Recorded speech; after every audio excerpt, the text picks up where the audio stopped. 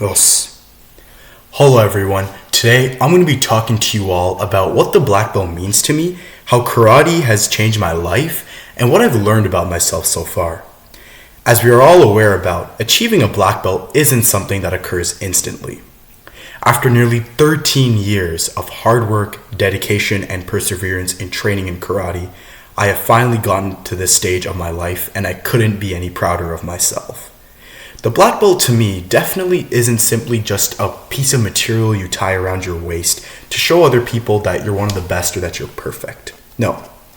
The black belt to me signifies a high level of skill and dedication in karate, representing competence in principles and basics as well. It also emphasizes for me personal growth, discipline, which is very, very important, and also the pursuit of excellence. It is also important to mention that the journey to becoming a black belt and even beyond that for me is a long process of learning and improving, demonstrating a lifelong commitment to self-improvement. In addition, I'd also like to note that for me, becoming a black belt doesn't necessarily mean earning the status of quote-unquote master, but rather shows competence in the fundamentals of the martial art. Karate has significantly changed my life in several ways.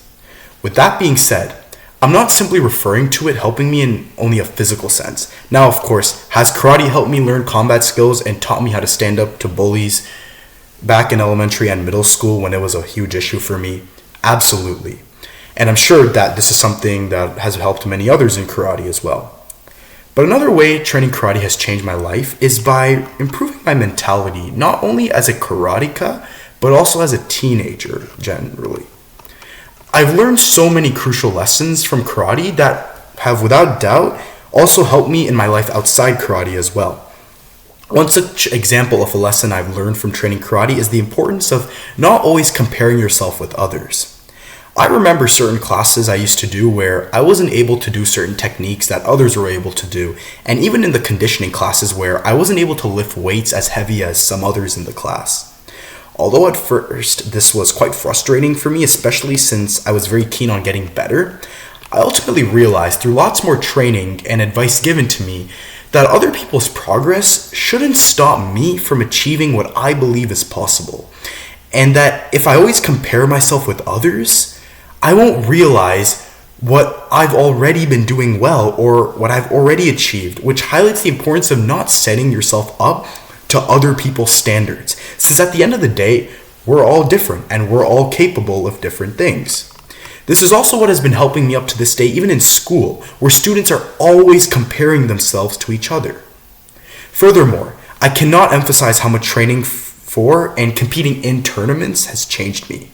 I must say that competing in tournaments has helped me learn one of the most important lessons, which is that sometimes you need to lose in order to win eventually.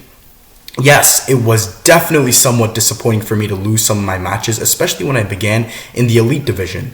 But after a lot of thought, it only helped me realize that this is all for experience, and it isn't always necessarily a thing about winning or losing, which really changed my mindset in competing.